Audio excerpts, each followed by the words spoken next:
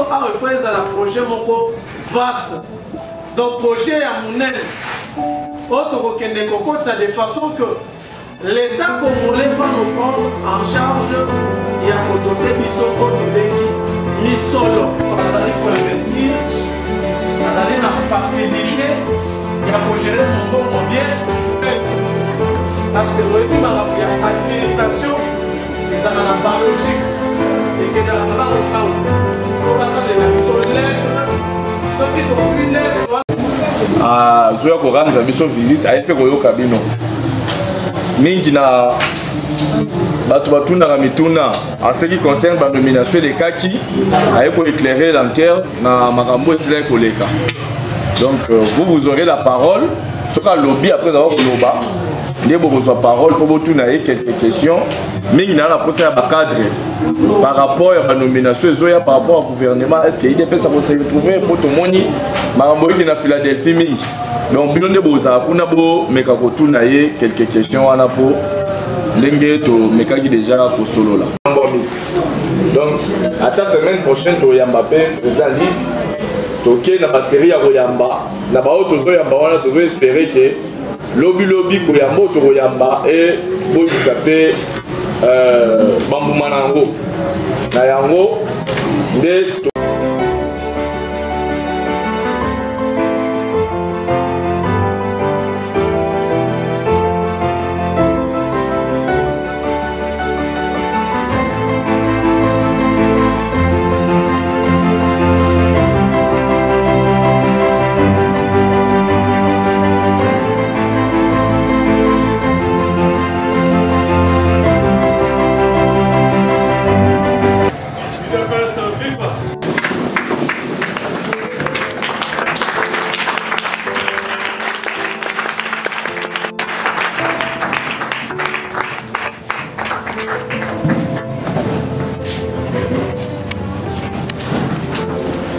merci beaucoup. Dans le Lenge, tu as vu mon conti. Je pense que tu as pour un message au Yami Melibiso. Melibiso, nous sommes Salamaki, nous avons nomination de Salamaki la fois dernière. Après ce message, tu as ramassé 2-3 questions pour qu'il débélite. L'Assemblée retourne et puis on répondre. Après ça, nous allons libérer. D'où tu peux Maloba, la vice-président Cédric, pour continuer dans le côté exécutif. Merci. Le PES, viva! Viva! La Ligue de jeunes fédération de la Funa, viva! Viva! Viva! Viva! Tshisekedi, héros national, père de la démocratie, en République démocratique du Congo, Félix Tshisekedi, chef de l'État, béton, ligne rouge, aigle d'Afrique.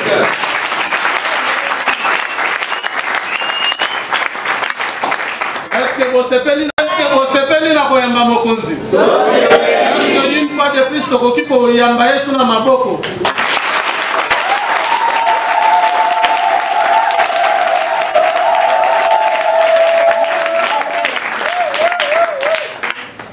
Merci beaucoup, monsieur le secrétaire national.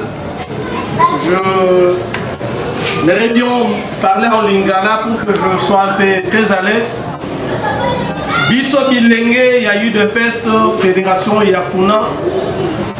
Tony Samina et Sembo Mingi, Poya Koyamba yo, na siège, na Biso, la Ligue de jeunes, Fédération Yafuna. Boye Nayo, les alipés, une façon, Yakoyako, fortifier Bilenge, au Badanake, un peu na baquetude. Par rapport à Yamakambo moko ezali kolekana okati ya ndako na biso moko UDPS pe na mayema salemi oyo biso nyonso toyilandi na nzela ya etandoyiki na yango mokonzi to profiter na descente oyo mpona koyebisa ke base oyo ezali kozela toujours la réorganisation ya parti na biso UDPS. Badali Kozela, résolution, il y a le 11 août et à la mise en application. Et puis c'est la toute première fois que na ndenge ya Ligue de Jeunes toyambi membre ya exécutif national. Na yango boyei na yo oyo ezala ya mbala ya liboso pe ya sukati. Tolingi pe sima na yo tomona bakonzi mususu ya parti balekela pe biso awa parce que échange ya jeunesse na bakani ezali kozala malamu. On a je crois que votre visite mon continue. Vous allez payer une face de chaîne. Et l'eau est salement, c'est depuis 2013 avec l'ancien secrétaire général que je profite pour vous dire que c'est à l'époque de maître Bruno Mavung né à initier 4 décembre dans la section cellule pour la redynamisation. Je crois que Maloba la jeunesse, Otozali Kopé Sao Lelo, et comme à niveau il y a exécutif national, de façon que la section il y a organe de base, et dans la fédération il y a organe de base, et l'eau est salami de l'eau, et ça à tous les niveaux. Je dis et je vous remercie. Viva! Nayango topesi mokonzi na biso maloba asolola na base na ye. Est-ce que vous allez prêts? Est-ce que vous allez prêts? Oui. La jeunesse, vous allez prêts pour la réunion à mokonzi? Monsieur secrétaire national, avec tous nos conseillers, vous adressez à votre base. Merci.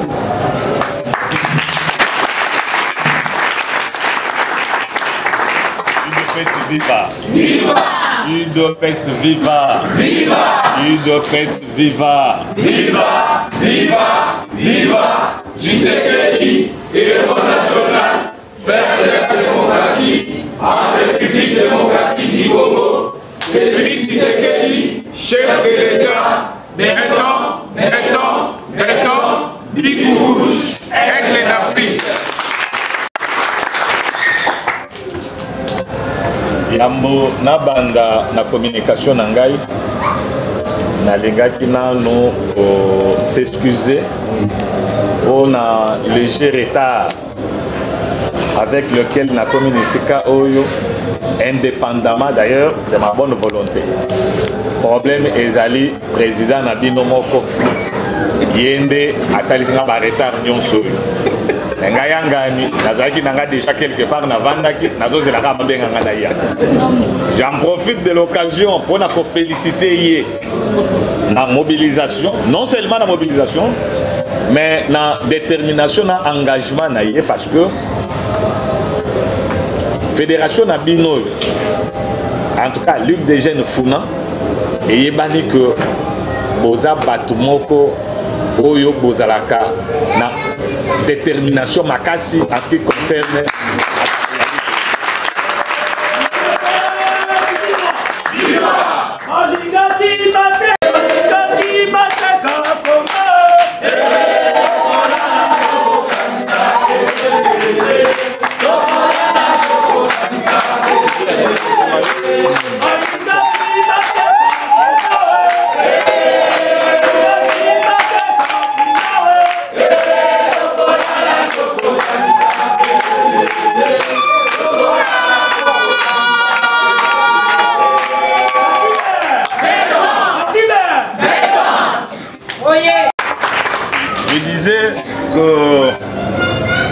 féliciter le président de fédération Mobimba les jeunes ya Funa na lolenge nini bozali bato oyo tokoki ko compter sur bino mokonzi akoki ko compter sur bino et parti Mobimba ekoki ko compter sur bino puisque de temps en temps na ba réseaux sociaux to monaka comment est-ce que bozalaka na rendez-vous na bino hebdomadaire Oyo bon répondra toujours présent et massivement. Et nous féliciter Bino par rapport à ça et nous allons continuer. D'ailleurs, bon matissa même ampleur et mobilisation pour que les Bossois à Kambo, Oyo Tokozala Nango et Kosenga que tous à la Makasi qu'on a faire face. wana eloko eloko mibale au nom ya présidence ya parti exécutif national nalingaki kopesa bino ba très chaleureuse salutation outa na présidence Mobimba et en particulier na secrétaire général Deo Bizibu Balon. Toujours.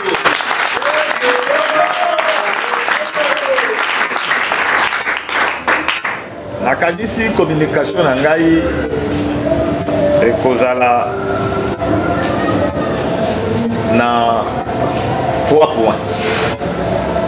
Nakolobela évidemment point oyo pour lequel obengeli ngai awa point titilaki yango ndenge. Bras de fer entre l'IDPS Tshisekedi et l'église Philadelphie suite à l'ordonnance portant nomination des animateurs des entreprises publiques. Bref, elle a qu'ici que ils ont des problèmes. Il y a une récente ordonnance Oyo et portaki sur nomination. Il y a un mandataire. Il y a un établissement pour l'entreprise publique. Donc, on va permettre un gars et c'est le dernier point Oyo n'a pas abordé. Premier point, la lingaï pour le sur la crise à partir. Deuxième point, très laconiquement, dans l'Obéla, dans Makambo, Italie, accord de paix à Washington, déclaration de principes à Doha, dans Makambo, Oyo, Italie, en général, situation sécuritaire, il y a un bon cannabis. Nazo mal nangai en patience na kozonga lisusu awa to sala yango sous forme de séminaire o to solo lango vraiment de faute en comble o to meka koyo canadien là-dessus parce que la spéculation peut eleki ebele dans o Italie makamboa. Alors donc ce qui signifie que na rolobela 2 points. Premier point ezali crise sécuritaire comment crise au sein ya parti parce que nous avons abordé pointé relatif à la nomination Oyo et créé ma frustration. Ce qui t'expliquait, c'est comme c'est comme ça que, avec un aperçu historique, vraiment, il y a beaucoup de et puis je ne serai pas long.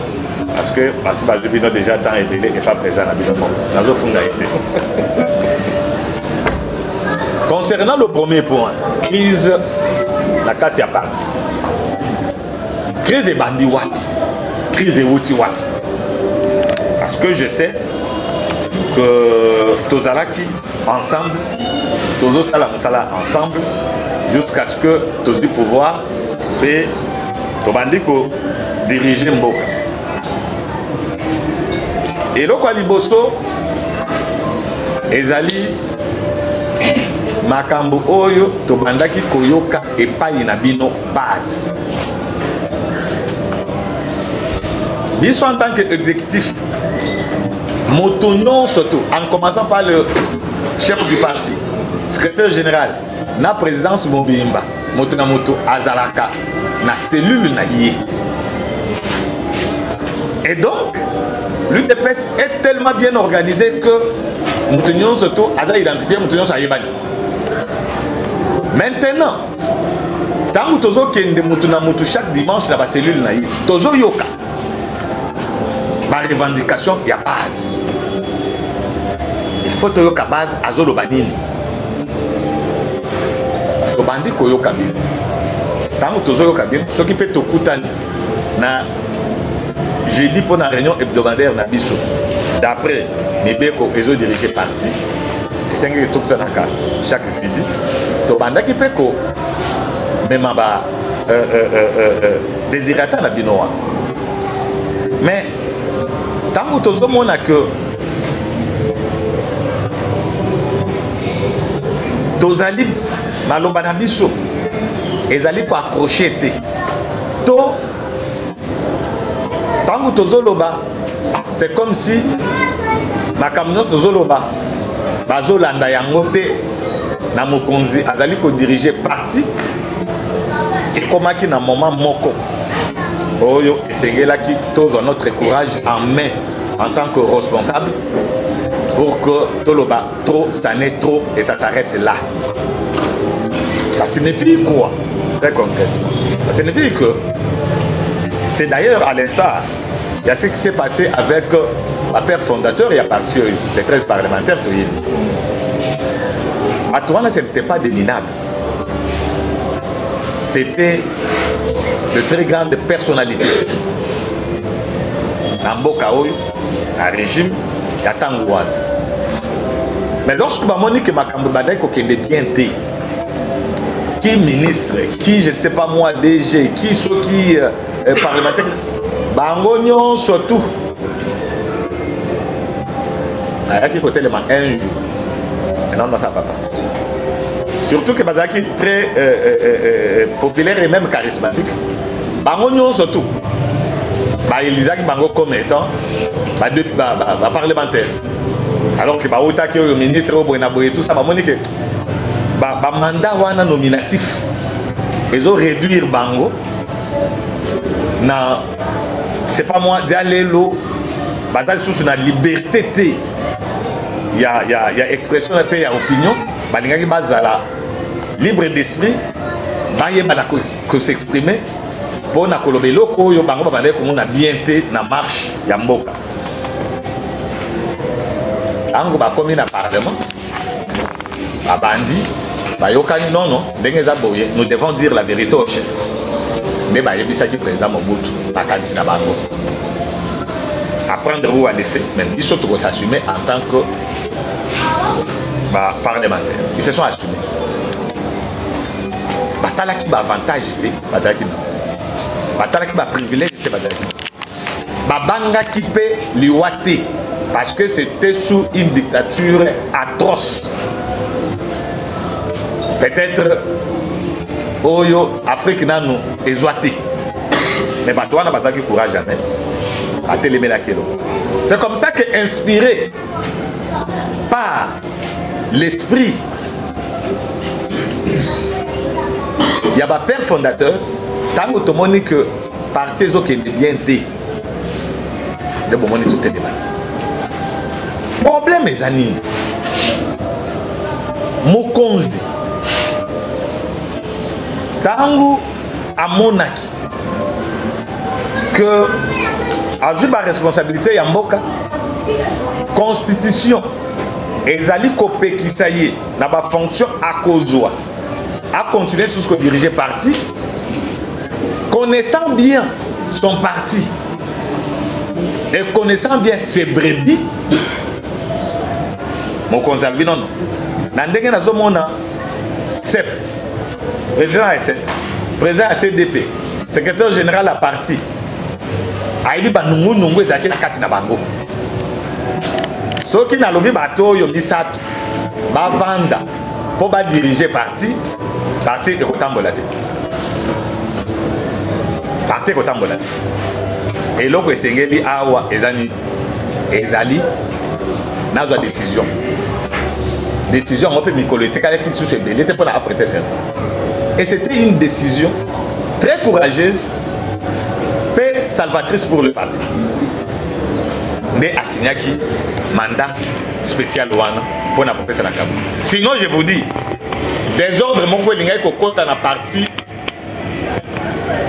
Oyo, vous allez indescriptible, pays inimaginable. C'est comme ça que la ingéniosité de Mokonzi. Au début, ils sont un miracle. Mais après, nous avons compris que le chef avait raison. Parce que le chef, c'est qui? Le chef, c'est un leader. Le chef, ce n'est pas un berger. Berger, il y a un troupeau. Pour la commande côté de Kabango, il y a liboso. Mais un berger, il y a un liboso, il y a un troupeau. Un leader. Il y a un liboso, il y a un troupeau. Et c'est lui qui voit loin. C'est lui qui voit devant. Il y a un non, non, Toko Taboui. Toto Kendeboui. Toto continue. Parce qu'il y a un musique. Et très souvent, tu as une réaction épidermique pour condamner Mokonzi na ba décision. C'est comme ça que ce botali bien. Et tu sais que dit na longueur d'avance à Zalaki nango. So ka lobi le kambulelo bobo yango. Bozela dans les jours à venir et pour rattraper Bill. Toute sa carrière, c'est comme ça que Bamoussoussou va surnommer qui est prophète politique. Parce que il est lobi le kambobo yango, il croise les bras. Démocrate qu'il était, pour se soumettre à la volonté à la majorité. Avançons. C'est comme ça avec une idée. Lorsque Assali modèle one, tout le monde a qui m'a et puis voilà. Tant qu'on a honorable, Augustin Kabouya, bandi pe koloba non to bongisa so ki lobi ezaki bien te il y a moyen il y a to bongisa lelo so ki eloko bo ezaki bien te et tout ça makambo e bandai ko kende ndenge bandai ko kende. Et nous avons dit il est temps maintenant que nous puissions siffler la fin de la récréation et le début du changement dans la gestion du parti, parce que ça ne va pas. Ma cellule est comme qui coupe. Ma cellule, c'est-à-dire ma organe de base, disons. Fédération, section, cellule. Ma commis quotidien. Simplement parce que espoir est avec les choses. Façon partie pour Tambola, on dirait que considération moko exate dans mon konzazo dirigé parti. D'abord organe ce soir. Frustration et quotidien. La date, il y a le 2 juillet 2024. À la suite, il y a lettre ouverte lui adressée par Dr Eteni Dongondo de Toyebisie Sikoyo, toutes les 4 vérités, un peu comme on l'avait fait déjà en son temps, un certain 1er novembre 2021, Tango, certains de nos collègues nationaux, Azaki 3, notamment, je vais citer le doyen vieux Membu, Mokindi Membu, national Évariste Kalala, et puis national Paul Sadi. La Télémac, parce que courage n'a pas, parce que la pétition pour la dénoncer.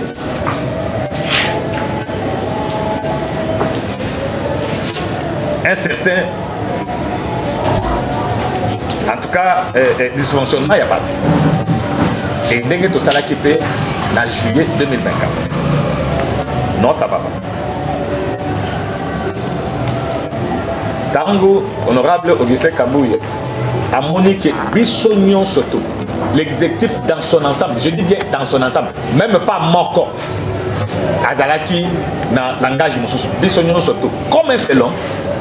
Le langage de Moko, c'est en tout cas ça ne va pas. Il faut ça, il faut Otika. Pourquoi tu n'as pas de détail? Il faut Otika. National, doyen Nabiso Moussous, Victor Galamouloumé, avec la parole à ABC. Ce que je veux bien faire Makambo et Bandekwa Kolobawa, tour à tour. Tozolo Banayo, démissionné. Ngai moko na yebisaka yo na tubika ki na téléphone boye yo yebisoke eloko musu ezate ozo diriger makamambe démissionner kende nazo répéter ngo lisusu lelo na miso ba nyonso pe bango nyonso pe ba oti ko yebisa yo eloko moko okonzi ayoki bongo à suspendre réunion ekataniwa mibeko oyo ezali ko kamba présidence et à partir exécutif national et zoloba que ceux qui réunion est silité, c'est-à-dire ils ont suspendu. Jeudi prochain réunion wana et ozonga pour poursuivre nango tinasuka pour vider tout le point inscrit à l'ordre du jour ya réunion wana.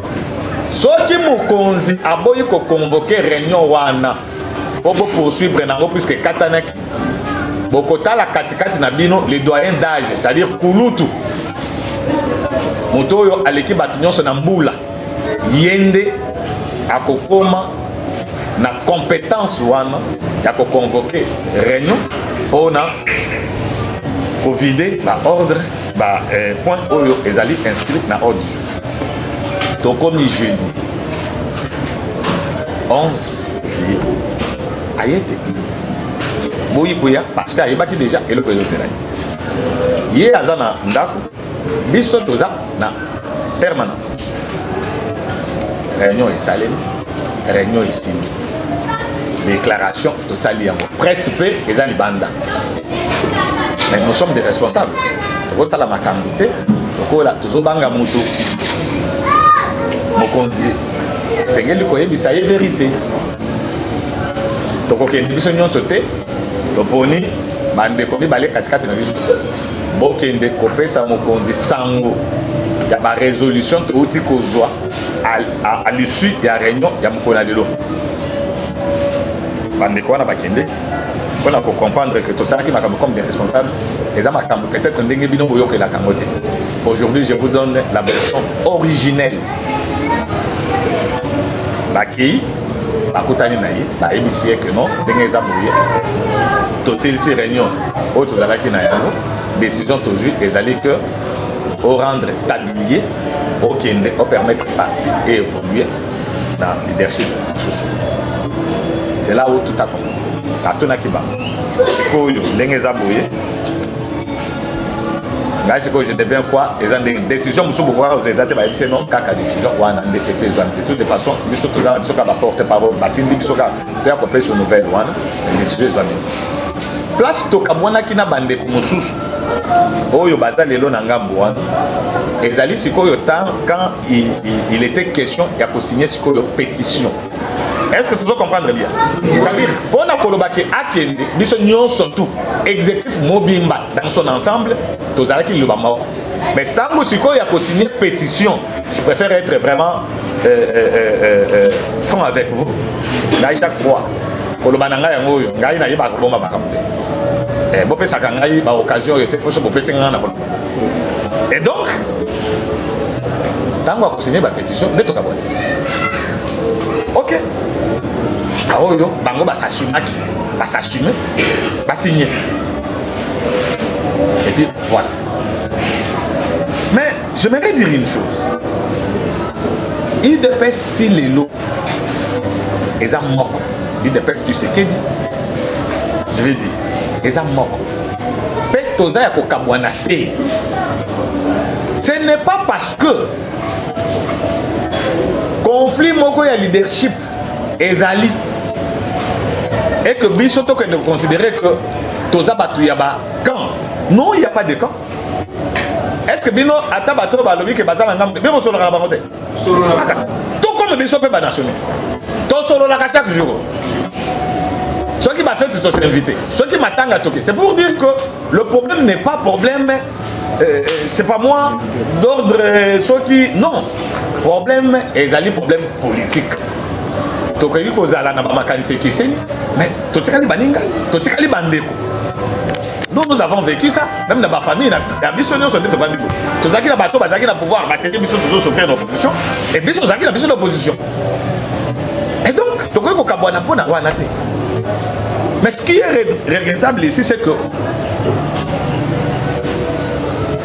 ma tendance dans un parti politique est normal. Ma bende ko créer bakan. Ma tendance, c'est-à-dire les alliés protagonisme. Par contre, bakan est comme antagonisme. C'est ce qui n'est pas bon, c'est ce qui n'est pas encouragé ici. Et quand il y a Boye, quand il y a Boye, quand il y a Augustin Kabouya, quand il y a Obisubou, non. Non. Et tu sais que à l'accès de ce bon côté. Antoine Tshisekedi Tshilombo, article biso modèle, comment biso to komana baka? Ceux qui te kozala la carte tozana kam moko. Quand il y a Félix Tshisekedi. C'est ce que ça veut dire. On ne peut pas avoir deux camps. Non. Nazo pe sandakis. Parti oyo babengi républicain lelo na France. Yangonde ezalaki de 2002 à 2015 parti babandaki kobenga IMP et outaki na fusion ya ba parti loka ba Chirac ba RPR ba DEL et puis ainsi de suite. Na parti wana bokokuta ba leader tel que Yemoko Chirac azalaki wana, Nicolas Sarkozy azawana, François Fillon azawana, François Copé azawana, Jean-Pierre Raffarin azawana, Alain Juppé azawana, Dominique de Villepin azawana. Donc, bah leader charismatique dans le pays. Et maintenant vous allez battre et puis on comprend qu'il y a des tendances, c'est vrai. Il y a bateau, c'est ma Copé, c'est ma Fillon, c'est ma de Villepin, c'est ma Sarkozy, c'est ma Bonham. Tout à fait normal, ça sont les tendances. Tendance, ça veut dire que c'est un penchant. C'est tout à fait normal. Mais bah, quand ils ont divisé parti, ils allaient fragiliser Bissot. CDP a eu ma résolution. Ah bien non, alors Augustin Kabouya, non, honorable Augustin Kabouya n'a pas poste one, a tué SGA Déo Bisu. Après une année, on a dirigé parti au terme de laquelle il faut organiser un congrès pour que Akambu Ezonga na ordre. Impasse. Augustin Kabouya a voulu qu'il avance par raison. Dans l'entretemps, Déo Bisu n'ayant pas l'effectivité de pouvoir moi diriger parti exact, Tokomiwa. Mais Nakolinga pour inviter Bino dans le sens élevé à responsabilité. Les longues tozaboui.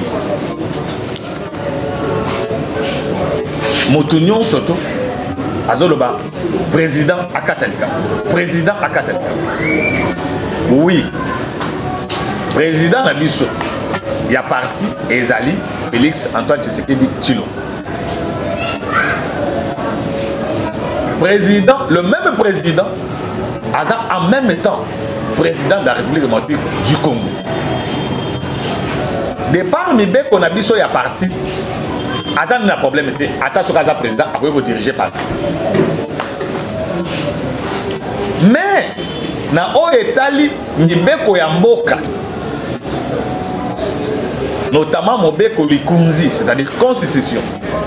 Yango ezali kopekisaye soki azali ko gérer mboka a gérer les sources na parti politique parce que a commis au-dessus de la mêlée. Azali source moto a parti a commis mon conseil pour na batu nyonso. Maintenant tango tozolo ba akata. Est-ce que tozo piéger mon conseil? Or ko violer constitution ezali acte ya haute trahison. Et par conséquent, il faut appeler Naïe à déposer parce qu'il a violé. Mais seulement, mon conseil a connu qu'on fait sa conseil. Mais en tant que ma responsable, ma leader, ceux qui m'appellent si mon conseil, ceux qui m'ont quitté, mon conseil a fait ce n'est pas un dictateur. Problème est que Mokonzi a hérité Natata Naye respect Yamibeko respect Yaba opinion Yaba. Et c'est ça la démocratie. Tant que vous respectez et comme on t'es Azamabe. Sauf qu'à Bandu quand c'est posé tu rebenga sous dictateur le bité. Parti est allé organiser. Ba organe est allé. Ce qui les Kambou est allé régler par statut. Nabiso, to recourir na statut, to faire appliquer disposition à statut ndenge sengeli na likambo moko to mosusu. Ce qui sikoyo likambo wana eza ba statut Nabiso, c'est une œuvre humaine. Ben perfection et ko zangate. Et ko zanga ba faiblesse tout comme na ba lacune moko. Ce qui to komi wana yango moko mibeko et prévoyaki déjà que en cas ya likambo oyo ngai moko mibeko na régler te pour recourir na organe songolo. Parmi ba organes nationaux, tozali na congrès, tozali na présidence ya parti, tozali na CDP. À défaut ya congrès, CDP azali na qualité pe compétence ya ko trouver ba solution na ba problème oyo bebeko ya parti etanini et ko yiko résoudre. Voilà. Plutôt que d'akotungisa mokonza mboka, je pense que les choses sont claires. La CDP existe et la CDP est responsable pour constater makambo le cas et qu'on lever ma option. Quitte maintenant à ce que tu respectes yango d'être obéissant, ba démocrate et non pas CDP pas une décision lobby, to bandi ko contester, to bandi ko boya yango. Non, c'est notre cour constitutionnel. Ce qui cour constitutionnel a ça je barré. Na yewan ezali exécutoire, opposable à tous et puis inattaquable. Donc il sera parti na biso na niveau wana te ya biso moko to ba dako contester ba organe habilité ya ko arbitrer makala. Est-ce que toujours kana madame? Voilà. Na kanisi cela me permet maintenant ya ko entamer deuxième point nangai pour tout ça relatif à sikoyo na nini na makambo oyo etali ka ordonnance bande ko nangai na otiko yebisa bino wa que président azali moumbu ya respect ya mibeko na respect ya bato en tant que président de la République chef de l'État motazo diriger mboka sibi monto a un calendrier naïf. Aïbi que n'a proposé tel acte lelo, tel acte lobby, lobby mosusu et tout ça. Mon conseil se retrouve dans ma campagne sur le plan politique, sur le plan sécuritaire, sur le plan économique, sur le plan social, biso réunion sur one. Et autres tungisaï na monto. Acte oyo ce qui n'a posé nango impact nango na secteur tel yango. Biso na ba conflit na biso tozawana tozokoka koyeba te que faire. Consultation politique gouvernement il faut dire bayambaki ka moko te bomonaki il dépêche ezonga ibo bona ko lakisa ka moko tozaki biso nyonso wana bayambi biso nyonso nzela moko makambo te bayambu yo après bayo nzela moko CGA idéo biso bazawana honorable Augustin Kabuya zawana exécutif ezawana tokoti soloni akabosi. Voilà le chef alingi la cohésion l'unité ya parti mais le chef alingi et ça là qui bien. Mais mokonzi akandi que tu peux évoluer bon akoyi kozwata et loko na mesa na ye ba travailler même pour fragiliser une dépense na ba conflit na yango ne ba discours oyo kaka o na boye tout ça là biso pe to sani ba mbale biso na discours wana to koti o boye na boye tout ça non. Donc, là où je suis d'accord c'est que un objectif il y a parti politique d'union surtout c'est de conquérir le pouvoir, de l'exercer, exercer et de le conserver le plus longtemps possible. Maintenant que tu conquérir le pouvoir, il faut tout ça. Il faut tout exercer. Et ça, tu as pas poste. Tu as dit la politique. Tu as dit le pouvoir. Banani va accompagner chef parce que vision est chef. Et ça très bien maîtrisé par Bisso parce qu'il est en train d'implémenter le projet de société, il y a eu des PES. Et donc, Bissonde, tu as intériorisé Yango plus que quiconque, et Bissonde, il faut t'accompagner. Tu dois accompagner, tout en étant en dehors des institutions. Non. Attendez. Et en dehors des institutions, des places pour exercer le pouvoir. Qu'est-ce qu'on raconte ici? Le pouvoir doit s'exercer. Et il doit s'exercer par et avec les enfants. Il y a eu des PES. Le membre, il y a eu des PES. d'accord avec vous. Là, c'est clair et net. Mais essayons de mettre de l'ordre. Et bon, tout ça, comme on considère, va en fait accompli. Mais tant que tu as un désordre dans l'amisso, tu as mon considère. Et il a raison. Ce qui te bloqué mon conzi, c'est-à-dire te bloqué Mboka.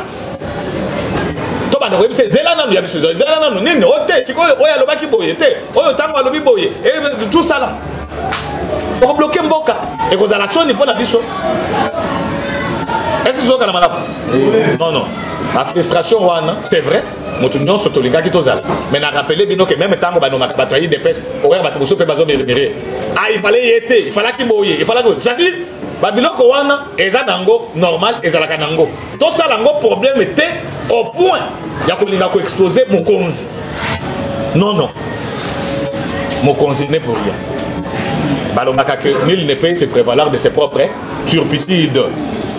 Ce qui meba est à côté d'Abisso, ton di mayango, ton locala corriger, ton que de l'émotion. Pour finir, je voudrais en appeler. L'heure n'est plus dans ma cambo, il y a ma querelle byzantine. L'heure n'est plus dans ma conflit inutile. L'heure maintenant est à la cohésion, à l'unité du parti. Pour soutenir mon conseil. Pour soutenir mon conseil dans le désordre. Mon conseil à se sentir fort. Parce que mon thème est à mon parti d'ailleurs. Tout ça là est orphelin, tout comme ça y est vulnérable, bisonde les camps que vous côté, surtout vous la jeunesse. Imaginez-vous que la Côte d'Ivoire, les lots qui sont forts économiquement, ils ont avancé bon. C'est parce que 65% de la population il y a Côte d'Ivoire, et puis ma jeune de la tranche d'âge de 0 à 35 ans. Voilà un pays. Et il peut compter sur sa jeunesse. Et jeunesse, voilà, et on développe un boca. Biso peut-être que tu as boyi. Tu as dit, la majorité de la population est jeune. C'est vous. Mon temps, ça dit, elle a la partie, elle a la boca. Tu vas diriger, et pour vous diriger, la partie dans boca, il faut. Vous avez la responsable, vous payez la cabine, parce que nous sommes là pour la partie est mêlée, et vous avez la solution. Or, manger, ce sont des enjeux de taille. Il y a jeunesse, il y a parti. Est-ce que vous avez madame? Et donc, il faut temporiser. Ordonnance et qu'on continue parce que ma ordonnance, ma mandat et Zali mandat nominatif, n'est-ce pas? C'est vrai que mandat et Zali, ma nommé c'est pour 4 ans. Mais le code est nominatif, n'est-ce pas? Tout ça, le principe, il y a un parallélisme des formes. Moto a nommé yo, à ça je suis dans ma casa il y a un nommé donc on a nommé le ceux qui a nommé la salle. Na nommé yo. Et ça mandat électif tel le il y a député sur va voter pour la 5 ans. Non non, tant que vous nommez Batou, c'est-à-dire ce n'est pas pour toujours. Mon conseil qu'on nomme le lobby à Longolio, ça dépend de lui, ça dépend de sa vision politique. Est-ce que vous comprenez madame? C'est-à-dire que le Corona est distraire de sauter. Ce qu'a bien zoné là, mon lobby a zoné là. Mais ma Kambuza est mêlé, ma nomination que vous allez mêler ma Kambuzo ya. Donc tous à la concentrer, tous travailler, surtout tous à la Bomoko, tous soutenir mon conseil en Boka. Félix Antoine Tshisekedi dit le mot pour ma Kambuza qui est le bosso. Je vous remercie.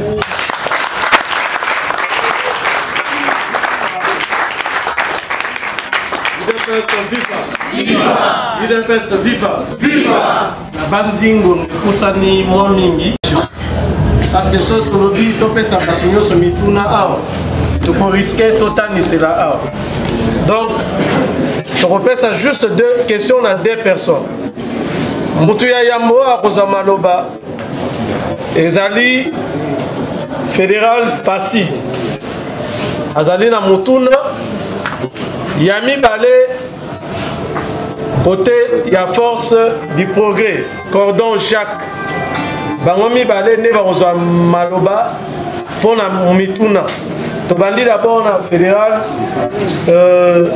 Passi. Atuna Mutuna na ya Liboso. UDPS Viva. Viva. Premièrement, Anthony Botondi na Kalai par rapport à exposé naïe. Parce qu'il fallait vraiment attendre comment l'histoire a commencé à crise dans la partie. Quand bien même que la crise a continué, bientôt là, peut-être dans quelques heures, sauf imprévu, il faut sortir. Il y a gouvernement, il y a Sominoadé, comme on a entendu dire, Ebima. Alors, par rapport à Nyos Ocho Bimisa, jusqu'à présent, le parti n'est pas uni, il n'y a pas la cohésion au sein du parti. Est-ce que dans le gouvernement Oekoya, IDPS en tant que parti au pouvoir, et qu'on s'est retrouvé, on a une opportunité en tant que jeunesse et à Founan, et Ligue des jeunes, la Masolo, au Italie, parti et évolution dans le cannabis. Tous ça n'a pas se belé. Parce que les difficultés de autres pour le moment, ils ont bande de banda parti. Ce sont des cadres, il y a parti Nabiso. Au PSBISO explication à Malam, au Fandi, au Sololi, vous avez pris des résolutions. Et maintenant, le chef de l'État est frappé par l'empêchement par rapport à l'incompétence au IAZO, à niveau de Cannabis, au PCA, au niveau de Cannabis. Et maintenant, si peut-être le lot Augustin Kabouya a dû partir en otage volontairement et qu'il y a eu des résolutions où il y a Boyi peut-être pour respecter, et que le chef de l'État a se retrouvé le lot dans le cas vide, il y a nomination où Akoiko Sala pour intérêt à partir. Parce qu'il y a des conflits parmi les deux. Et c'est pendant ce conflit, jusque-là, Totikal n'a pas de temps. Dans le lobby, on n'a pas le temps à perdre. Les lots élections sont qui peut-être communes à Kachambo. Parti n'a biso, bino pe bakadre. Bokende, l'élection on a ba carte, ni à parti. Ça, c'est encore un problème qui doit être résolu. Donc, comme il y a des difficultés, il y a se présenter peut-être à Tananzela qui vous a membre à parti. Justement parce que les deux cadres, il y a parti, il y a peut-être respecter. Mais il y a parti. Alors, il y a une évolution, on a un rapport de force jusqu'à ce que, comme on a les deux cadres, il y a parti, Bafandi, na Maman Marti. Kolonga tolonga qui kuna tozela qui solution pensa et pesamité. Les conséquences des Hollandais biso. Et on ne sait pas. Donc continuer kozonge na kakake parce que le chef de l'État est empêché toujours tikatan ils ont kende biso pe jeunesse à partir toujours perdre Tim colonie. Qu'est-ce qu'il nous faut pour biso to se retrouver na ba droit biso. En tout cas merci. Biso Félix Antoine Tshisekedi Babenga Kaye, champion de la masculinité positive. Nayango, chaque fois, il tient toujours compte, il y a des Dozomona, la nomination, ma maman Bazanga Kate. Et donc, nous devons aussi emboîter le pas, il y a Mokonzi. On a Kozonga la Mituna.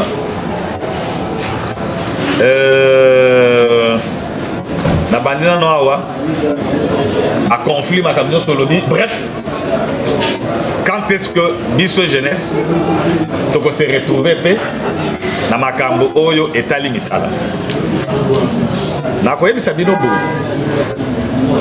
soki bomoni mokonzi azo bunda na ndenge nyonso tout avec tout le risque possible qu'il prend, c'est pour que misala et mon nana ebele na mboka we.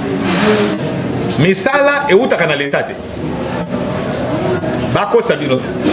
Partout ailleurs, misala l'état nde a créé ba condition. Oyo ya kwa tirer nango ba investisseur pour que ba créer misala ebele ba tbaza misala. Donc c'est le secteur privé. Oyo et créé misala ebele pour na ko engager ba. Ce n'est pas le secteur public. Et je dois vous rassurer que mes collègues, non seulement vous rassurer, mais même prodiguer nos conseils. C'est le moment, il y a Motuna Moto, à l'occasion domaine moko à se spécialiser.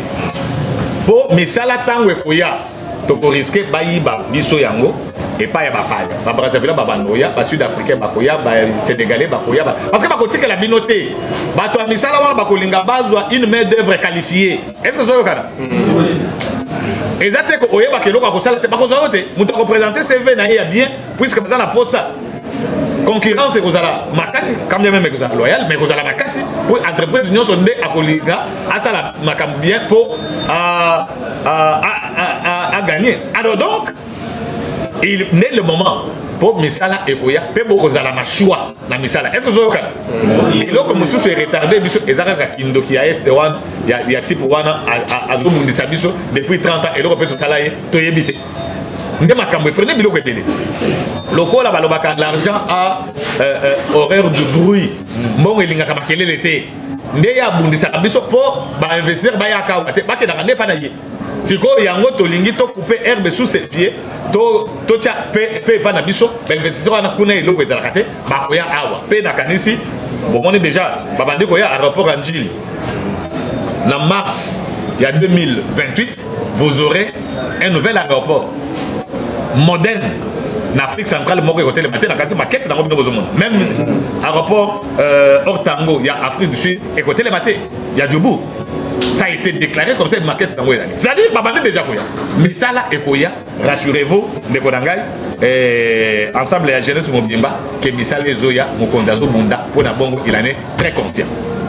Maintenant, ce qui Mokonzi, gouvernement Zobima, la nomination Moukse Koya, ce qui se passe, IDPST, est-ce que société et projet de société et IDPS et vous allez appliquer et tout ça là? Non, je voudrais vous dire une chose. Mokonzi, c'est un coach. Est-ce que vous comprenez, madame? Bon, mon aka, ba équipe, les autres qui nous consomment, ba joueurs, et équipe Moussoussou. Bon, mon aka côté. Bon, mon aka transfert ça maté. Nous sommes là pour l'année. On est équipe les Amakas, équipe gagnée. C'est ce que ça signifie. Différence entre un groupe et une équipe. C'est ça, mais est-ce que tu as une différence? Dans un groupe, réussite, victoire et zalaka individuelle. Est-ce que vous avez? Dans une équipe, par contre, victoire et zalaka collective. C'est comme ça que Yesoka marqué dit à victoire. Tozi coupe yayete. Coupe zavanan. L'équipe Mobimba. C'est ça, effectivement. C'est comme ça que c'est un coach. Ce qui fait et tout ça, pourvu que ma caméra ma vision sous cette. Admettons que l'homme Mokonzazu place mon sur Tolinga qui a Moutouana travaillé bien et que impact Nango et ça que Bisson sont tous se retrouver. Donc, Moutouana. Est-ce que madame, on a conseillé à la Bobette Lena Maboko, madame Thérèse Kaikwamba Wagner?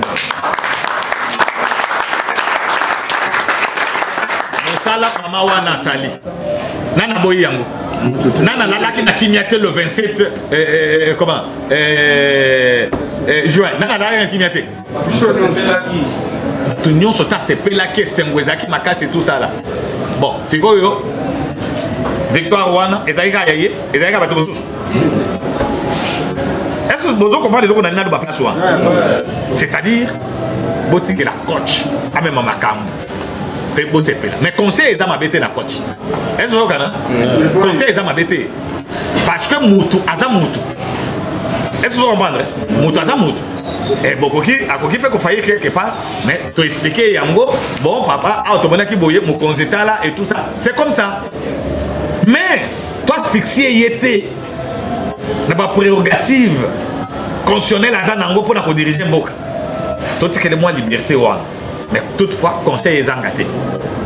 Place tout le monde m'avait, tu as quand même relevé. Est-ce que tu as madame? Maintenant, est-ce que le projet de société est exécuté dans le cadre de d'après la Constitution, avant de expliquer dans le comprendre la bien place. Tant que vous allez dans parti politique n'a pas l'opposition. Vous avez un projet de société n'a pas pour la kissa peuple que bino ceux qui vont voter biso bota la maille les mécanismes tous en pour la sani pour la kobungisa mboka. Maintenant connaissant et loko wana ndé bozozo parti politique ceux qui comme na pouvoir et kozwa sikoyo projet de société na bango wana va transformer yango na oyo ba bengi programme du gouvernement. Est-ce que vous avez un projet de société et un parti politique? na pouvoir comme ça des programmes du gouvernement. Or mobeko likonzi ya mboka na biso constitution ezolo baboyi que programme ya gouvernement ezali ko salema entre le président de la République na premier ministre. Et donc nous n'avons pas raison ya kobanga que projet de société na biso et que ça appliquer non. Parce que c'est le chef qui donne la vision d'un premier ministre. Parce que c'est lui qui va gérer maintenant au quotidien. Tout ça, le chef valide. Or, le chef déjà, tant qu'il y a une opposition, il y a déjà une vision, il y a parti comment est-ce que nous allons compter, qu'on dirige un peu. Et donc, projet de société, effectivement, et que vous allez respecter. Est-ce que vous avez madame? Et de ce côté-là, soyez-en sûrs que eloko kobanga ata moko ezali te makambo ekozala malamu sikoyo mpona koshite question mosusu ezalaki bon sikoyo ndenge nini lelo ezaka kote kabuya kote ideo et tout ça là nautaki koyebisa bino yango awa encore une fois tobenda mokonzi na kote azate. Le chef, c'est l'autorité, notre haute autorité politique de référence. Oui, vous ne pas naïe. Mon conseil, ce qu'il va faire, c'est qu'il va faire conseil. Petit conseil, n'a pas de ce qui est toyé, to faillir na ba conseil à pesi biso pona komeka kocha ordre et tout ça là. Na kanisi que nazo zonga la place. Na lingite to ça la lokola. Bandeko ba memi makambo tozo vivre na partie na biso lelo. Biso to za la batoyo. Ce qui c'est de pas lobi likambo to ça ni. Toyoki. Mais ma ben na biso ezali ce qui c'est de pas lobi likambo to bandeko telema na CDP. Non. Né loko ebomi. Non-respect, il y a comment décision, il y a organe habilité sur base, il y a cadre juridique, il y a parti. C'est ce qui nous tue. Ah, vous avez dit que vous avez dit que vous avez dit que vous avez dit que vous avez dit que vous avez dit de là où il est. Non, non. Tous à la kimia. Tous à la débat responsable. Tous mais cette fois-ci, que ça en sorte que ma conflit et si là donc de l'émotion parce que bon tu connais là on va nomination et bon et puis c'est bien la leçon bon vous tirer la leçon mais c'est simple non plutôt que bloquer parti tout le cabinet soutient l'eau dans notre vin pour que tout ça allait tout avancer c'est très important mais je souligne bien tout avancer dans des ordres pour que tout avancer dans des ordres et qu'on rattrape tant toujours dans tout l'eau dans notre vin pour que toi avancer, ça signifie quoi? Ça signifie que l'Owana ezali pour atténuer teneur, il y a 20 ou les autres problèmes et tout na biso pour te continuer comme il y a une décision et à CDP. Est-ce que tu as regardé? Voilà. Merci beaucoup.